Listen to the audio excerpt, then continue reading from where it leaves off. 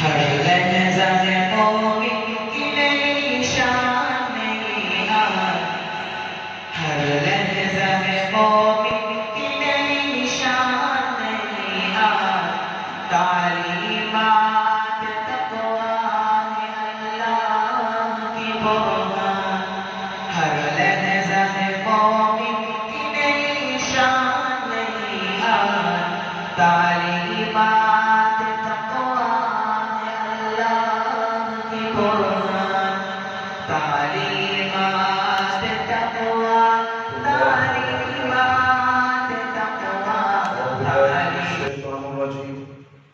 بسم الله الرحمن الرحيم.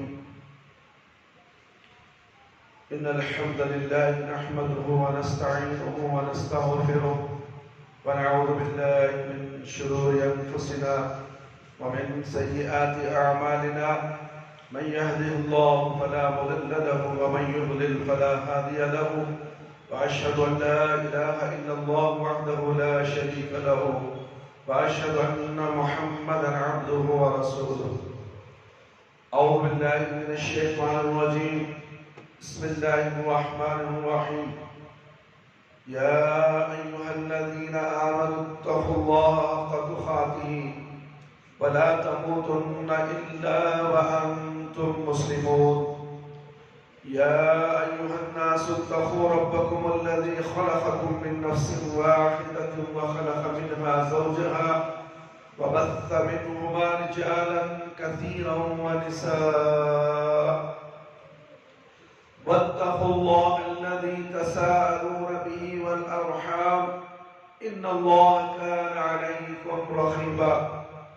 يا أيها الذين آمنوا اتقوا الله وقولوا قولا سديدا يصلح لكم أعمالكم ويغفر لكم ذنوبكم، ومن يطع الله ورسوله فقد فاز فوزا عظيما. أما بعد، فإن خير الحديث كتاب الله، وخير الحديث هدي محمد صلى الله عليه وسلم، وشر الأمور محدثاتها، وكل محدثة بدعة، وكل بدعة ضلالة، وكل ضلالة في النار.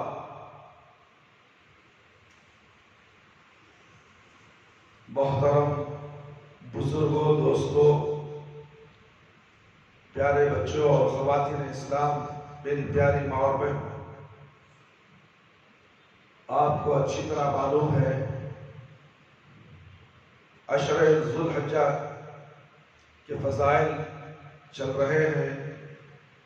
کتنے لوگ، مرد اور حضرات، خواتین اسلام اس سے فائدہ اٹھا رہے ہیں یا نہیں اٹھا رہے ہیں، اس کا علم تو اللہ رب العالمین کے پاس ہے.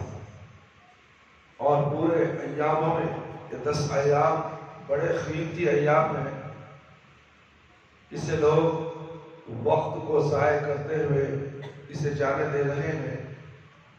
نہ ہی نمازوں کا اہتمام، نہ ذکر و اذکار کا اہتمام، نہ تکبیر پڑھنے کا اہتمام، بس وقت بیکار گزارنے کا اہتمام سب سے زیادہ ہوتا ہے. میرے بھائی، میرے دوست اور خواتین اسلام، جنت میں اگر شجرہ کاری کرنا ہے تو اس بقیہ 4 دنوں کو غنیمت سمجھے اور اسے کارآمد ہونے کی کوشش کرے، اور زیادہ سے زیادہ ذکر و اذکار اور تکبیر پڑھتے رہیں اور نمازوں کی پابندی کریں. نمازوں کی پابندی اگر نہیں ہے تو دنیا میں جتنا بھی تم عمل کرو گے وہ کارآمد نہیں ہوگا اور وہ عمل ضائع ہو جائے گا. عبداللہ بن مسعود رضی اللہ عنہ سے روایت ہے کہ رسول اللہ صلی اللہ علیہ وسلم نے فرمایا، ترمذی کی روایت ہے،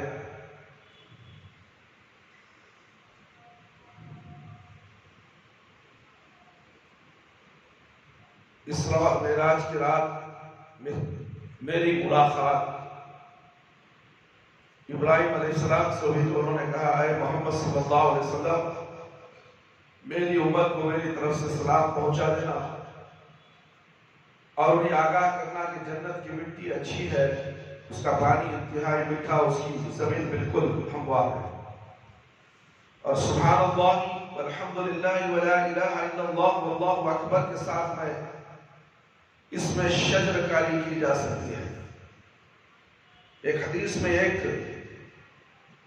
مرتبہ ابو ہریرہ رضی اللہ عنہ شجر کاری کر رہے تھے کہ رسول اللہ صلی اللہ علیہ وسلم ان کے پاس سے گزرے،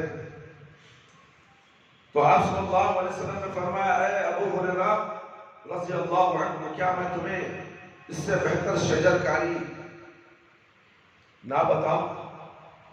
ابو ہریرہ رضی اللہ عنہ نے کہا کیوں نہیں اللہ کے رسول صلی اللہ علیہ وسلم؟ آپ صلی اللہ علیہ وسلم نے فرمایا تم سبحان اللہ والحمدللہ ولا الہ الا اللہ واللہ اکبر کہا کرو، ہر ایک کے بدلے میں تمہارے لیے جنت میں ایک درخت لگا دیا جائے۔ یہ ابن ماجہ کی روایت ہے، اسے البانی نے صحیح کہا ہے۔ عبداللہ بن عمر بن عاص رضی اللہ عنہ کا بیان ہے کہ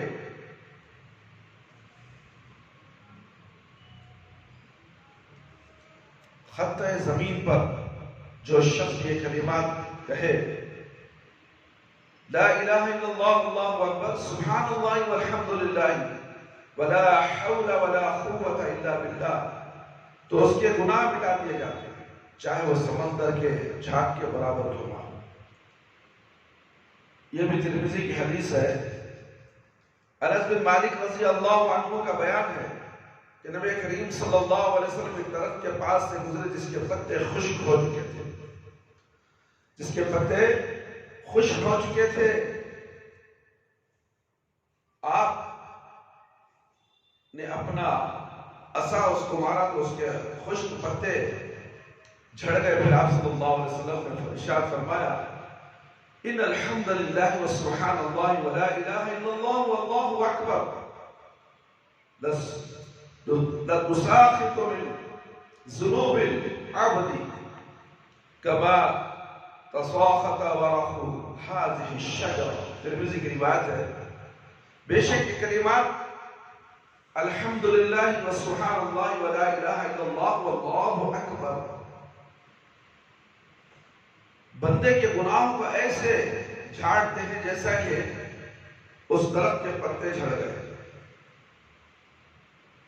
اللہ تعالیٰ نے ان تسبیحات کو اپنے بندوں کے لیے چن لیا ہے اور ان پر بہت بڑا اجر و ثواب مرتب کیا ہے۔ ابو ہریرہ رضی اللہ عنہ کا بیان ہے کہ نبی کریم صلی اللہ علیہ وسلم نے فرمایا بے شک اللہ تعالیٰ نے کلام میں سے 4 کلمات کو چن لیا ہے، سبحان اللہ و بحمدہ، سبحان اللہ والحمدللہ ولا الہ الا اللہ واللہ اکبر۔ لہذا جو شخص سبحان اللہ کہے اس کے لیے 20 نیکیاں دی جاتی ہیں اور اس کے 20 گناہ معاف کر دیے جاتے ہیں، اور جو شخص اللہ اکبر کہے اس کے لیے بھی اسی طرح، جو شخص لا الہ الا اللہ کہے اس کے لیے بھی اسی طرح، جو شخص اپنی طرف سے الحمدللہ رب العالمین کہے تو اس کے لیے 30 نیکیاں دی جاتی ہیں اور اس کے 30 گناہ مٹا دی جاتے ہیں۔ یہ مسند احمد اور مستدرک حاکم کی روایت ہے اور اسے صحیح اور جامع میں بھی لکھا ہے اور اسے البانی نے صحیح کہا ہے۔ اپنی طرف سے الحمدللہ رب العالمین کہنے سے مقصود یہ ہے کہ وہ کسی سبب کے بغیر الحمدللہ رب العالمین کہے تو اس پر اسے زیادہ اجر و ثواب ملے گا بنسبت اس کے کہ وہ کسی نعمت پر اللہ کا شکر ادا کرے۔ مثلا کھانے پینے سونے سے بیدار ہونے کے بعد یہ تسبیحات میرے بھائی میرے دوست ہمارے لیے ڈھال بن جائیں گے، دنیا میں بھی ڈھال بنے رہیں گے اور قبر میں بھی ڈھال بنیں گے اور صراط میں بھی ڈھال بنیں گے اور میدان حشر میں بھی ڈھال بنیں گے۔ یہ نیکیاں ہیں جو اللہ کی طرف سے ہمیں عطا ہوتی ہیں اور اس کی قدر کرے تو کون کرے؟ سب کرونا کی پریشانی میں مبتلا تھے، اب جب لاک ڈاؤن کھل گیا انلاک ہوتے ہی عبادتیں وہی رفتار جو پہلے سے بے ڈنگی تھی، سست، جو لاک ڈاؤن کی وجہ سے مسجدیں بند ہو گئی تو عبادتیں بھی بند ہو گئی۔ اب کھلنے کے بعد پھر سے عبادت کرنے کے لیے جی نہیں چاہتا، دل نہیں لگتا مسجد کو جانے کے لیے، پیر اٹھتے نہیں مسجد کو جانے کے لیے، تو معلوم ہو رہا ہے کہ اور ایک عذاب آنے والا ہے. نہ جانے وہ عذاب کیسا ہوگا، کیا ہوگا، یہ اللہ رب العالمین کو معلوم. مگر نیوز کے ذریعے سے، انٹرنیٹ کے ذریعے سے، اخبارات کے ذریعے سے آگاہ کیا جا رہا ہے کہ اور بھی عذاب آنے والے ہیں. مگر مسلمانوں کے لیے کوئی فرق پڑنے والا نہیں، اس لیے کہ یہ اپنے آپ کو مسلمان کہتے ہیں، مریں گے تو ہم سیدھے جنت چلے جائیں گے. ایسا ہرگز نہیں ہے، یہ سوچنا غلط ہے، شیطان کا دھوکہ ہے میرے بھائی میرے دوست. اس لیے جب جب اللہ کے نبی صلی اللہ علیہ وسلم کی شریعت کا حکم ہے کہ آپ کو اس طرح رہنا ہے، اس طرح عبادت کرنا ہے اور اس طرح عمل کرنا ہے، اس عمل کو ہر وقت بجا لانا ہے. نماز کسی مسلمان کو معاف نہیں ہے. کسی مسلمان بالغ، کسی مسلمان عورت، بالغہ عورت کے لیے نماز ہرگز ہرگز ہرگز ہرگز معاف نہیں ہے. میرے بھائی میرے دوست اور خواتین اسلام، چاہے میری ماں اور بہنیں گھر میں کیوں نہ بیٹھی ہو، ماں اور بہنوں کو گھر میں نماز پڑھنے کا حکم ہے. مگر اکثر خواتین اسلام گھروں میں بیٹھتی ہیں مگر ٹی وی کی نظر، یا تو کیبل کے نظر، اللہ اکبر، یا تو انٹرنیٹ کے ذریعے سے آپس میں ایک دوسرے کے خلاف چغلی کھاتے ہوئے، غیبت کھاتے ہوئے، اللہ اور اللہ کے رسول صلی اللہ علیہ وسلم کی نافرمانیاں کرتے ہوئے ایسے ہی وقت گزار دیں گی. پھر کہتے ہیں کہ ہم مسلمان ہیں، مومنہ ہیں. کہاں کی مومنہ ہیں؟ میرے بھائی میرے دوست اور خواتین اسلام،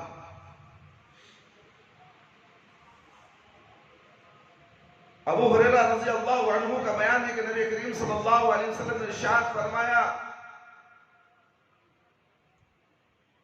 خذو جنتکم، اپنی ڈھال لے لو. ہم نے کہا اللہ کے رسول صلی اللہ علیہ وسلم دشمن سے بچاؤ کے ڈھال جو ہمارے سروں پر آپ پہنچا ہے. آپ صلی اللہ علیہ وسلم نے فرمایا نہیں، جہنم سے بچاؤ کے لیے ڈھال. دیکھیں دشمن سے لڑنے کے لیے ایک ہاتھ میں تلوار ہوتی ہے، ایک ہاتھ میں تلوار اور ایک ہاتھ میں ڈھال ہوتی ہے، تاکہ دشمن مارے تو ڈھال سے بچاؤ کرے، اسے ڈھال کہا جاتا ہے. بہت مضبوط ڈھال ہوتی ہے، لوہے میں اور بہت سے چمڑے وغیرہ میں اس کو بنایا جاتا ہے. بہت قیمتی ڈھال ہوتی ہے، وہ دنیا کے جنگوں میں استعمال کی جاتی ہے، جو سامنے والے دشمن سے بچاؤ کے لیے ہوتی ہے. مگر یہاں اللہ کے نبی صلی اللہ علیہ وسلم بتا رہے ہیں کہ وہ ڈھال نہیں، وہ ڈھال جو تمہیں جہنم سے بچائے.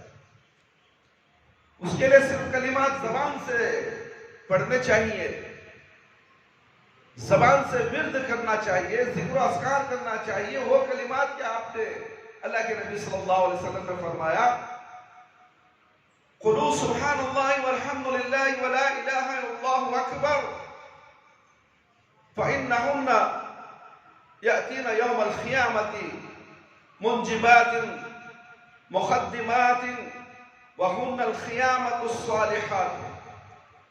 تم یہ کلمات پڑھا کرو، سبحان اللہ والحمد للہ ولا الہ الا اللہ واللہ اکبر، کیونکہ یہ قیامت کے دن جہنم سے نجات دہندہ اور جنت کی طرف آگے بڑھانے والے ہوں گے.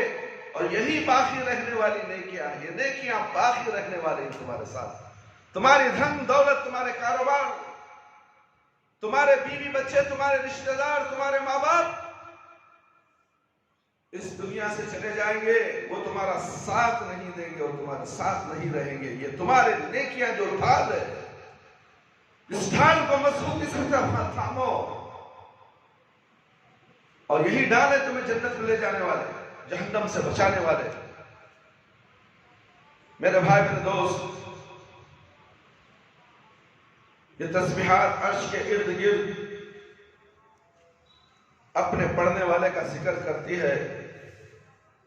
نعمان بن بشیر رضی اللہ عنہ سے روایت ہے کہ رسول اللہ صلی اللہ علیہ وسلم نے فرمایا، ابن ماجہ کی روایت ہے، اسے البانی نے صحیح کہا ہے، اللہ تعالیٰ کی بزرگی سے جو تم یاد کرتے ہو، یہ تسبیح سبحان اللہ والحمدللہ ولا الہ الا اللہ واللہ اکبر یہ عرش باری تعالیٰ کے ارد گرد گھومتی ہے،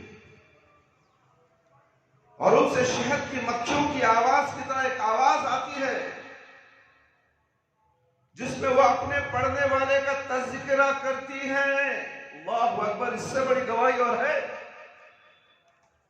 جو تم یہ کلمات پڑھتے ہو اللہ کے ارد گرد، عرش کے ارد گرد یہ کلمات مکھیوں، شہد کی مکھیوں کی طرح گنگناتی ہے اور تمہارا تذکرہ کرتی ہے کہ فلانا بندہ یہ پڑھ رہا تھا۔ تو کیا تم میں سے کوئی شخص اس بات کو پسند نہیں کرتا کہ کوئی اس کا تذکرہ کرنے والا ہے؟ اللہ اکبر، میرے بھائی میرے دوست، سوچو تو صحیح، ہماری آواز، ہماری تسبیح کا تذکرہ عرش پر ہونے والا ہے۔ ہم فرش کے اندر قبر میں سوئے ہوئے بابا کا تذکرہ کرتے ہیں، مردوں کا تذکرہ کرتے ہیں، خبر کا تذکرہ کرتے ہیں، خبروں کے پاس جا کر منتیں، نظریں، نہ جانے کیا کیا تم مانگتے ہو۔ یہ کلمات ایسے ہیں اللہ کے عرش کے ارد گرد شہد کی مکھیاں گنگناتی ہیں اور تمہارا تذکرہ کرتی ہیں۔ اللہ اکبر، اس سے بڑی کامیابی اور کیا ہو سکتی ہے کہ تمہارا تذکرہ عرش کی طرف ہو رہا ہے۔ اور ان ایام میں زیادہ سے زیادہ اس کو پڑھنا چاہیے، کنجوسی نہیں، بخیلی نہیں۔ مگر ہے کوئی مائی کا لال پڑھے؟ سب گونگے، زبان سے ذکر نکلتا نہیں ہے، دعا کے لیے ہاتھ نہیں اٹھتے، نماز پڑھے، سلام کرے، دجال کو ہاتھ میں لیے، کان کو لگائے، فوراً چپل کی طرف بھاگ گئے۔ یہ آج کا ذلیل رسوا کن مسلمان ہے، مسجد کو آیا نماز پڑھنے کے لیے، اللہ سے مناجات کرنے کے لیے، مگر اس کا دجال جو موبائل ہے اسے مسجد میں بیٹھنے نہیں دیتا، اس لیے کہ دجال تو مسجد میں گھس چکا ہے، گھروں میں بھی گھس چکا ہے، اور سلام پھرنے کے بعد سبحان اللہ، الحمدللہ، اللہ اکبر، لا الہ الا اللہ وحدہ لا شریک لہ، لہ الملک ولہ الحمد وہو علی کل شیء قدیر، لا حول ولا قوۃ الا باللہ۔ اتنے کلمات نماز کے بعد ادا کرتے ہوئے اللہ رب العالمین کے سامنے ہاتھ اٹھا کر معافی، تلافی، استغفار، اور اس کے بعد اپنے لیے حاجت کی دعا، اپنے ضروریات کے لیے دعا، اپنی صحت کے لیے دعا، اپنے بیوی بچوں کی صحت کے لیے دعا، اور دنیا کی بھلائی کے لیے دعا، اور مرنے کے بعد خبر سے، سوال و جواب سے بچنے کی دعا، سوال و جواب کو آسان کرنے کی دعا، اور پلسرات اور میدان حشر کی ہولناکیوں سے بچنے کے لیے کیا یہ مسجد کو آتا ہے، دعا کرتا ہے؟ کیوں؟ دجال نے اس کے دماغ کو اور اس کے جسم و دماغ کو قبضہ کر چکا ہے۔ یہ دجال جو جوگوں میں ہے، 40,000 کا، 50,000 کا، 1 لاکھ کا، 1.5 لاکھ کا دجال، جتنے پیسے کا زیادہ ہے وہ بڑا خطرناک دجال ہے۔ نہ اسے ذکر کرنے دیتا ہے، نہ نماز پڑھنے دیتا ہے، نہ اذان کی آوازوں کا جواب دینے دیتا ہے۔ یہ دجال بچوں کا بھی دشمن بن چکا ہے، چھوٹے چھوٹے معصوم بچے اس دجال کے عادی ہو چکے ہیں۔ مائیں کھانا کھلاتی ہیں وہ دکھا دکھا کر، اور نہ دکھائے تو بچہ ضد کرنے لگتا ہے، توڑ پھوڑ کرنے لگتا ہے۔ معلوم نہیں ہو رہا ہے تمہیں کہ اس کی ضد کہاں تک چلے گئی؟ ذہن اس کا اس دجال کے اندر گھس چکا ہے، اس کی دماغ کی شعائیں، رگیں کمزور ہو جاتی ہے، اور وہ اس کو حاصل کرنے پر بضد ہو جاتی ہے۔ اگر وہ نہ دے، اس کی جسمانی کیفیت بدل جاتی ہے، ہاتھ پیر مارنا شروع کر دے گا بچہ، ضد کرنے لگے گا۔ یہ بچے بڑے ہونے کے بعد ماں باپ کے سب سے پہلے نافرمان ہوتے ہیں، یہ بچے نافرمان ہوتے ہیں، اس کے بعد اللہ کے نافرمان بھی ہو جاتے ہیں۔ اس دجال کے فتنے سے بچ جاؤ، بڑا خطرناک دور ہے میرے بھائی، میرے دوست اور خواتین اسلام۔ جیسے کہ ابو ذر رضی اللہ عنہ بیان کرتے ہیں کہ رسول اللہ صلی اللہ علیہ وسلم کے اصحاب رضی اللہ عنہ میں سے کچھ لوگوں نے آپ سے کہا، اللہ کے رسول صلی اللہ علیہ وسلم، یعنی مال والے لوگ اگر اس ثواب لے گئے وہ ہماری طرح نماز بھی پڑھتے ہیں، روزہ بھی رکھتے ہیں، اور بچے اپنے بچے ہوئے مالوں کے ساتھ صدقہ بھی کرتے ہیں۔ نبی کریم صلی اللہ علیہ وسلم نے فرمایا، مسلم کی روایت ہے کہ اللہ تعالیٰ نے تمہارے لیے بھی صدقہ کرنے کا ذریعہ نہیں بنایا، بے شک ہر سبحان اللہ صدقہ ہے، اللہ اکبر صدقہ ہے، اور الحمدللہ صدقہ ہے، اور لا الہ الا اللہ صدقہ ہے۔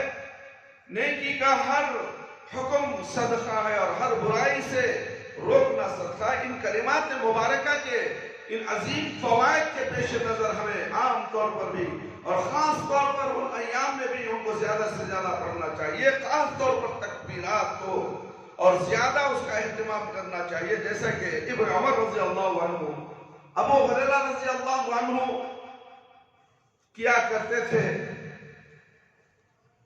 ابن عمر رضی اللہ عنہ، ابو ہریرہ رضی اللہ عنہ ماہ ذو الحجہ کے اس 10 دنوں میں بازار کو نکل جاتے اور تکبیر کہتے، پھر دوسرے لوگ بھی ان کی تکبیریں سن کر تکبیرات پڑھتے۔ ان ایام میں عموماً جہری تکبیریں کہنا اور آواز سے زیادہ کہنا مستحب ہے، خصوصاً یوم عرفہ کی نماز فجر سے لے کر 13 ذو الحجہ کی عصر کی نماز تک، اس دوران ہر فرض نماز کے بعد تکبیرات پڑھنے کا اہتمام کرنا چاہیے۔ ان 5 ایام میں فرائض کے بعد تکبیرات کا پڑھنا عمر رضی اللہ عنہ، علی رضی اللہ عنہ، عبداللہ بن عباس رضی اللہ عنہ، عبداللہ بن مسعود رضی اللہ عنہ سمیت متعدد صحابہ اکرام رضی اللہ عنہم سے ثابت ہے۔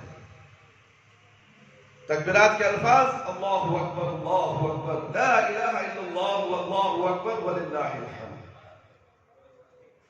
عبداللہ بن مسعود رضی اللہ عنہ انہی الفاظ کے ساتھ تکبیرات پڑھتے۔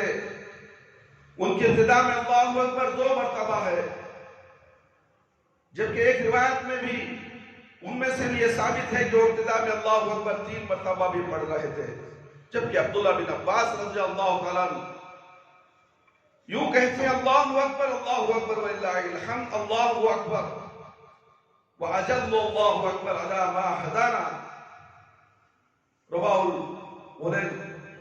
یہ تکبیرات اجتماعی طور پر نہ پڑھی جائے، اس کے لیے یہ نہ تو اللہ تعالیٰ کے نبی صلی اللہ علیہ وسلم سے منقول اور سلف صالحین کے عمل سے اس کا ثبوت ملتا ہے، بلکہ اس کا سنت کا طریقہ یہ ہے کہ ہر شخص انفرادی طور پر تکبیرات پڑھے۔ صدقہ کرنا بھی ان اعمال صالحہ میں سے ایک ہے جو ان دونوں میں مسلمانوں کے لیے مستحب ہے۔ اللہ رب العالمین نے صدقے کے تاکید کا حکم فرمایا ہے، یا ایہا الذین آمنوا انفقوا مما رزقناکم من قبل ان یأتی یوم لا بیع فیہ ولا خلة ولا شفاعة والکافرون هم الظالمون۔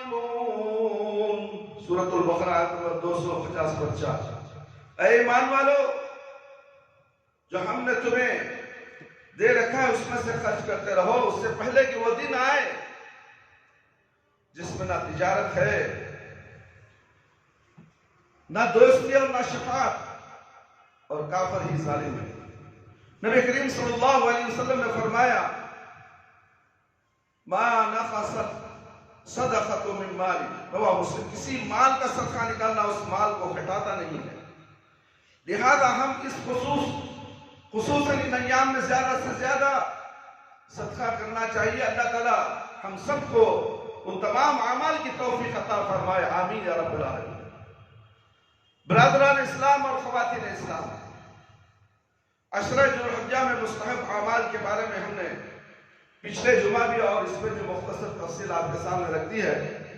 انہیں اعمال سے ایک اور عمل جس کی شریعت میں تاکید کی گئی ہے اسے بھی اس لیے عشرے کے اختتام پر انجام دینا ہوتا ہے، اور وہ ہے قربانی۔ قربانی کرنا اللہ رب العالمین کے قرب کا ذریعہ ہے، اور نبی کریم صلی اللہ علیہ وسلم کی سنت مبارکہ ہے جس پر آپ صلی اللہ علیہ وسلم نے ہر سال عمل فرمایا۔ امام بخاری رحمۃ اللہ علیہ نے صحیح بخاری میں کتاب الاضحیٰ کے تحت ایک باب باندھا ہے جس کا عنوان ہے سنت الاضحیٰ، اضحیہ۔ پھر انہوں نے برا رضی اللہ عنہ سے مروی ایک حدیث ذکر کی، رسول اللہ صلی اللہ علیہ وسلم نے ارشاد فرمایا، بخاری کی روایت، آج کے دن ہم سب سے پہلے عید کی نماز پڑھیں گے، پھر واپس لوٹ کر قربانی کریں گے۔ جو شخص اس طرح کرے گا وہ ہماری سنت کو پالے گا۔ جو شخص نماز عید سے پہلے قربانی کرے گا وہ بس گوشت ہی اپنے گھر والوں کو پیش کرے گا، قربانی نہیں ہوگی۔ یہ حدیث اس بات کی دلیل ہے کہ قربانی سنت ہے، واجب نہیں۔ اس کے علاوہ سنن ترمذی میں مروی ہے کہ ابن عمر رضی اللہ عنہ سے کسی نے سوال کیا قربانی واجب ہے؟ تو انہوں نے جواب دیا، ضحى رسول اللہ صلی اللہ علیہ وسلم والمسلمون، رسول اللہ صلی اللہ علیہ وسلم نے اور مسلمانوں نے قربانی کی تھی۔ سائل نے پھر یہی سوال کیا کہ قربانی واجب ہے؟ تو انہوں نے فرمایا، اتعقلوا ضحى رسول اللہ صلی اللہ علیہ وسلم والمسلمون، کیا تمہیں کچھ عقل ہے؟ میں کہہ رہا ہوں کہ رسول اللہ صلی اللہ علیہ وسلم نے اور مسلمانوں نے قربانی کی۔ ترمذی کی روایت ہے، امام ترمذی رحمہ اللہ نے حدیث روایت کرنے کے بعد کہتے ہیں، اسی حدیث کی بنا پر اہل علم کے نزدیک قربانی واجب نہیں بلکہ رسول اللہ صلی اللہ علیہ وسلم کی سنتوں میں سے ایک سنت ہے جس پر عمل کرنا مستحب ہے۔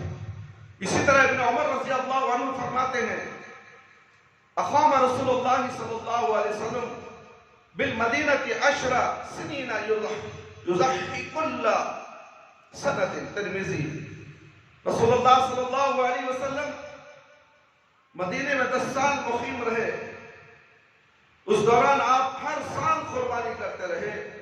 ان دنوں احادیث سے ثابت ہوا کہ قربانی واجب نہیں، تاہم جو شخص اس کی استطاعت رکھتا ہو وہ قربانی ضرور کرے، کیونکہ نبی کریم صلی اللہ علیہ وسلم کا ارشاد گرامی ہے، رواہ الحاکم، جو شخص استطاعت کے باوجود قربانی نہیں کرتا وہ ہماری عیدگاہ میں نہ آئے۔ اسی طرح آپ صلی اللہ علیہ وسلم نے عرفات میں ارشاد فرمایا، یا ایھا الناس ان علی کل اہل بیت فی کل عام اضحیۃ، اے لوگوں بے شک گھر والوں پر ہر سال ایک قربانی ضروری ہے۔ ابو داؤد نے اسے روایت کی ہے، ابن ماجہ ترمذی میں روایت کی ہے، اسے البانی نے صحیح کہا۔ لہذا اگر استطاعت ہو تو قربانی نہیں چھوڑنی چاہیے۔ بعض لوگوں کا اعتقاد ہے کہ قربانی صرف حجاج کے لیے، باقی لوگوں کے لیے نہیں، جبکہ ہم نے ابن عمر رضی اللہ تعالیٰ عنہ کا جو قول ابھی ذکر کیا ہے، آپ صلی اللہ علیہ وسلم مدینہ منورہ میں 10 سال مقیم رہے اور ہر سال قربانی کرتے رہے، تو اس بات کی دلیل ہے کہ قربانی صرف حجاج کے لیے ہی نہیں بلکہ تمام مسلمانوں کے لیے ہے۔ حجاج تو حج کے واجبات ادا کرنے کے لیے قربانی کرتے ہیں، سنت ابراہیم کو زندہ کرتے ہیں، حاجیوں کے لیے سنت ابراہیمی ہے، عام مسلمانوں کے لیے سنت نبی کریم صلی اللہ علیہ وسلم۔ میرے بھائی میرے دوست، جبکہ دیگر مسلمان پیارے نبی صلی اللہ علیہ وسلم کے طریقے پر عمل کرتے ہوئے اللہ تعالیٰ کا تقرب حاصل کرنے کی سعادت حاصل کرتے ہیں، اسی طرح انس بن مالک رضی اللہ عنہ بیان کرتے ہیں، بخاری کی روایت ہے، یعنی نبی کریم صلی اللہ علیہ وسلم 2 مینڈوں کے ساتھ قربانی کیا کرتے ہیں، میں بھی اسی طرح 2 مینڈے ہی قربان کرتا ہوں۔ ظاہر ہے کہ انس رضی اللہ عنہ آپ صلی اللہ علیہ وسلم کا جو عمل روایت کر رہے ہیں کہ آپ 2 مینڈوں کے ساتھ قربانی کرتے تھے، یہ عمل مدینہ منورہ میں تھا، کیونکہ حج تو آپ صلی اللہ علیہ وسلم نے ایک ہی مرتبہ کیا تھا اور اس میں آپ صلی اللہ علیہ وسلم نے 100 اونٹ قربان کیے تھے۔ بلکہ سنن ابو داؤد میں اس کی حدیث کے الفاظ میں بالمدینہ کی صراحت موجود ہے جو اس بات کا ثبوت ہے کہ نبی کریم صلی اللہ علیہ وسلم حج کے علاوہ بھی قربانی کرتے تھے۔ ابو داؤد۔ اس کے علاوہ جو حدیث ہم نے صحیح بخاری کے حوالے سے ذکر کی ہے جس میں ہے کہ آپ صلی اللہ علیہ وسلم نے ارشاد فرمایا آج کے دن ہم سب سے پہلے نماز عید پڑھیں گے، پھر واپس لوٹ کر قربانی کریں گے۔ تو اس سے یہ بھی ثابت ہوتا ہے کہ قربانی تمام مسلمانوں کے لیے مسنون صرف حاجیوں کے لیے نہیں، کیونکہ اگر قربانی صرف حاجیوں کے لیے ہوتی تو آپ صلی اللہ علیہ وسلم یہ کیوں فرماتے کہ آج کے دن ہم پہلے نماز پڑھیں گے، عید کی نماز پڑھیں گے اور پھر قربانی کریں گے، جبکہ حجاج کو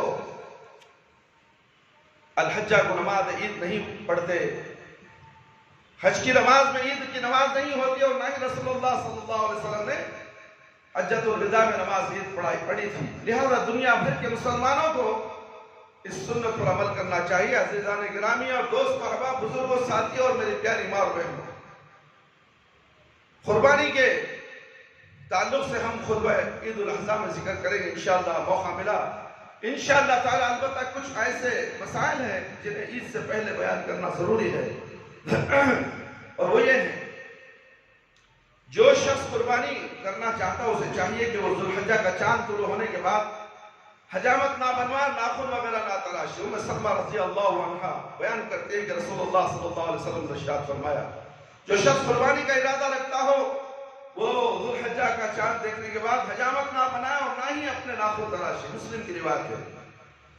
دوسرا، قربانی کے لیے جو جانور کا انتخاب کیا جائے وہ گائے، اونٹ، بھیڑ، بکری کی جنس سے ہونا چاہیے۔ اللہ تعالیٰ کا فرمان ہے وَلِكُلِّ أُمَّةٍ جَعَلْنَا مَسْكَنًا لِيَذْكُرُوا اسْمَ اللَّهِ عَلَى مَا رَزَقَهُم بِيَمِينِهِ مِن بَهِيمَةِ الْأَنْعَامِ۔ سورہ حج آیت 32 ہر امت کے لیے ہم نے قربانی کے طریقے مقرر کیے تاکہ ان چوپائے جانوروں پر اللہ کا نام لے، یعنی ذبح کریں جو اللہ نے انہیں دے رکھا ہے۔ آیت کریمہ میں بہیمۃ الانعام سے مراد اونٹ اور گائے اور بھیڑ بکری ہی ہے۔ اس لیے امام نووی رحمہ اللہ نے تمام مسلمانوں کا اس پر اجماع نقل کیا ہے کہ قربانی میں صرف ایک ہی جانور ہی کفایت کر سکتے ہیں۔ شرح مسلم کا نووی، قربانی میں صرف ایک ہی جانور ہے، مگر یہاں اس سے تقسیم کیے جاتے ہیں۔ گائے میں 7، اونٹ میں 10، بکری تو بیچاری ایک ہی۔ یہ طریقہ صحیح نہیں ہے۔ گائے بھی ایک ہی کاٹو گھر والوں کی طرف سے، اونٹ بھی ایک ہی کاٹو گھر والوں کی طرف سے۔ یہ جو مشترکہ قربانی ہے یہ تمام خساروں کی ایجاداری ہے، بزنس بنا دیا گیا ہے، اسے پیسہ لوٹا جاتا ہے۔ 5,000 روپے حصہ، 6,000 روپے حصہ، بڑی مشکل سے ہمیں پولیس سے چھپا کر بیل لے لے گائے، گائے لے لے گائے، فلانا لے لے گائے، اس لیے ہمارا پولیس والے ہم کو دینا نہ جانے کیا کیا دینا، بلا بدتر رشوت دے کر، حرام دے کر تم قربانی کے اندر مسلمانوں سے پیسہ اینٹتے ہو۔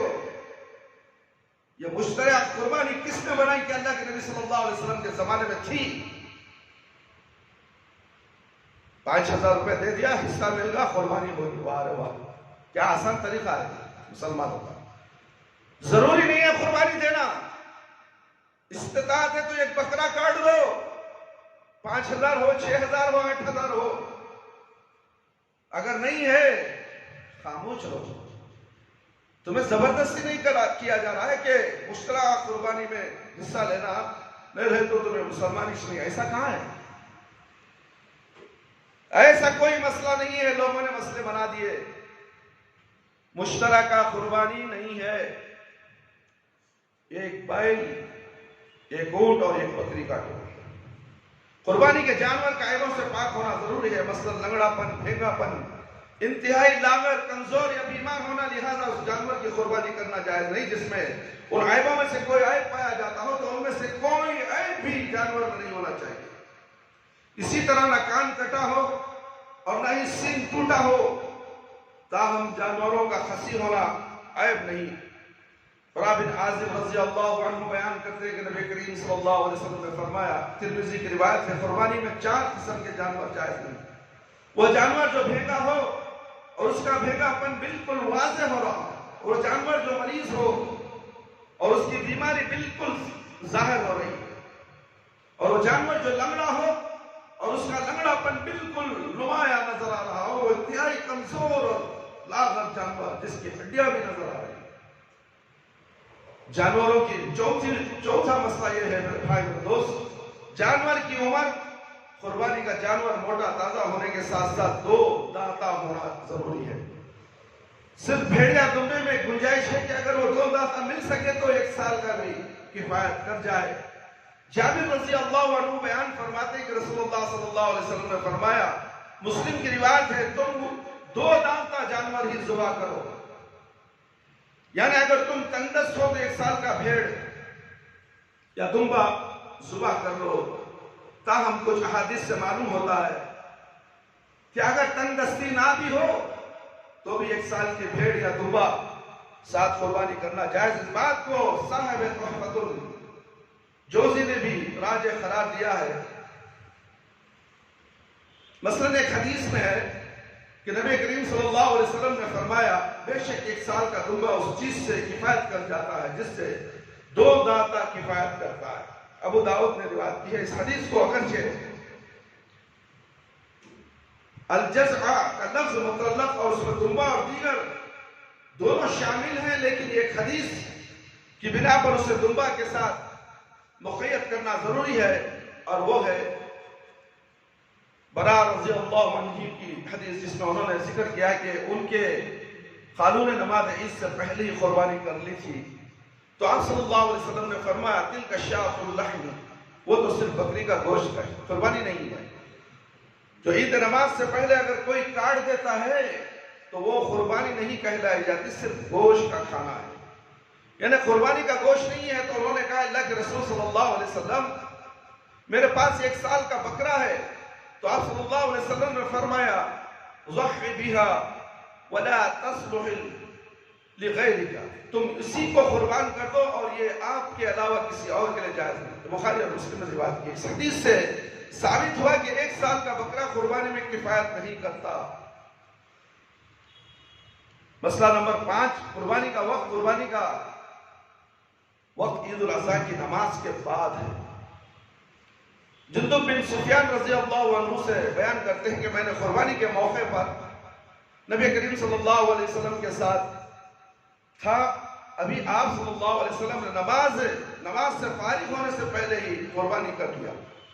تو آپ صلی اللہ علیہ وسلم نے فرمایا، بخاری اور مسلم کی روایت ہے، جس شخص نے قربانی کا جانور نماز عید سے پہلے ہی ذبح کر دیا تھا تو اس کی جگہ اور جانور ذبح کرے، اور جس نے ذبح نہیں کیا تھا بسم اللہ پڑھ کر ذبح کر دے۔ اور برا رضی اللہ عنہ بیان کرتے ہیں کہ میرے خالو نے نماز عید سے پہلے قربانی کی، تو آپ صلی اللہ علیہ وسلم نے تلک الشاۃ اللحم، وہ تو صرف بکری کا گوشت ہے، تلک الشاۃ اللحم، وہ تو صرف بکری کا گوشت ہے، یعنی قربانی کا گوشت نہیں ہے۔ تو انہوں نے کہا، اللہ کے رسول صلی اللہ علیہ وسلم، میرے پاس 1 سال کا بکرا ہے، تو آپ نے فرمایا تم اسی کو قربان کر دو، اور آپ کے علاوہ کسی اور کے لیے جائز نہیں ہے۔ اس کے بعد آپ صلی اللہ علیہ وسلم نے فرمایا، جو شخص نماز عید سے پہلے قربانی کرتا ہے وہ اپنے لیے جانور ذبح کرتا ہے، اور جو شخص نماز عید کے بعد قربانی کرتا ہے تو اس کی قربانی مکمل ہوگی اور اس نے مسلمانوں کی سنت کو پا لیا۔ مسئلہ نمبر 6، ایک بکرا یا بکری، ایک بھیڑیا یا دمبا تمام گھر والوں کے لیے کافی ہے، 2 4 3 کاٹنے کی ضرورت نہیں ہے۔ ایک بکرا گھر والوں کے لیے کافی ہے۔ اللہ کے نبی بول دیا بس کہانی ختم، 2 مینڈے کاٹ سکتے۔ اللہ کے نبی نے 2 مینڈوں کی قربانی دی ہے، اس سے زیادہ نہیں۔ میرے بھائی میرے دوست، سنت نبوی صلی اللہ علیہ وسلم کے مطابق اگر کوئی شخص قربانی کرتا ہے تو اس کی قربانی قبول ہوگی، اور کسی بابا کے نام پر، کسی پیر کے نام پہ، کسی مرشد کے نام پہ ہرگز قربانی قبول نہیں ہوگی۔ یاد رکھو، ڈرو اللہ سے، یہ سنت نبوی صلی اللہ علیہ وسلم ہے۔ تم سنت نبی صلی اللہ علیہ وسلم کا مذاق اڑاتے ہو. بکرے کے گلے میں کالے ڈوریاں ڈالتے ہو, شرم نہیں آتی؟ اتنی موٹی کالی تیرے گلے میں ڈال دے اور تو گلی گلی گھومتے رہو. گائے کے گلوں میں گھنٹی, مالے, پھول اور کالے کالے ڈوریاں, یہ کیا ہے؟ بدھ کے نام پہ قربانی ہو رہی ہے, بتوں پہ چڑھایا جا رہا ہے. اے بدبختو, اسلام کو جانو, دین کو جانو. دین کسی کے باپ کی جاگیر نہیں, دین کسی کے پیر اور مرشد اور ملا مفتی کا, ان کے اوپر نہیں اترا دین. اس کے باپ کی جان نہیں, مفتی ملا کی.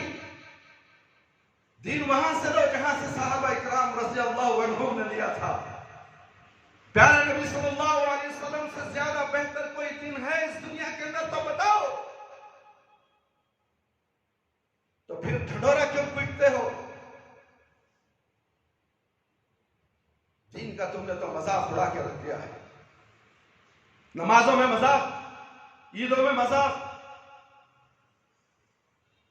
جمعہ کی نمازوں میں مذاق, عید کی نمازوں میں مذاق, قربانی میں مذاق, روزوں میں مذاق. یہ چند نام نہاد ملا مولیوں نے اپنے پیٹوں کے لیے, اپنے خانخواہوں کو چلانے کے لیے بھولے بھالے مسلمانوں کو گمراہ کر بیعت لے کر دین کا بیڑا غرق کر دیا ہے اور اسے جہنم رسید کر رہے ہیں. نام نہاد نماز نہیں آتی ڈھنگ سے پڑھنے, پڑھتا بھی نہیں ہے. ایسے لوگ کیا رمضان میں ہو روزے رکھیں گے, کیا ان کے روزے قبول ہوں؟ کیا ایسے لوگ حج کریں گے, کیا حج قبول ہوگا؟ کیا ایسے لوگ قربانیاں دیں گے, کیا ان کی قربانیاں قابل قبول ہیں؟ ہرگز نہیں, ہرگز نہیں. میرے بھائی, میرے دوست اور خواتین اسلام,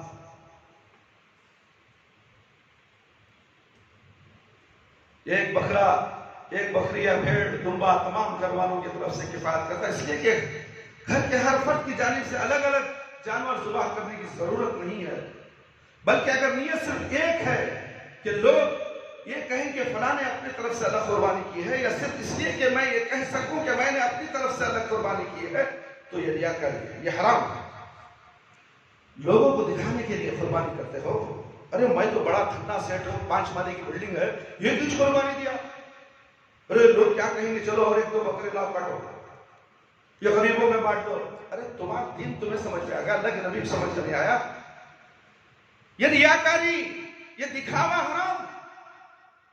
تم جائز 1 بکرا کاٹے ہو, بس اسی پر اکتفا کرو. ایک گائے کاٹ دو, ایک بھیڑ کاٹ دو, ایک اونٹ کاٹ دو. ہاں تو مالدار ہو, اللہ نے دولت دی ہے.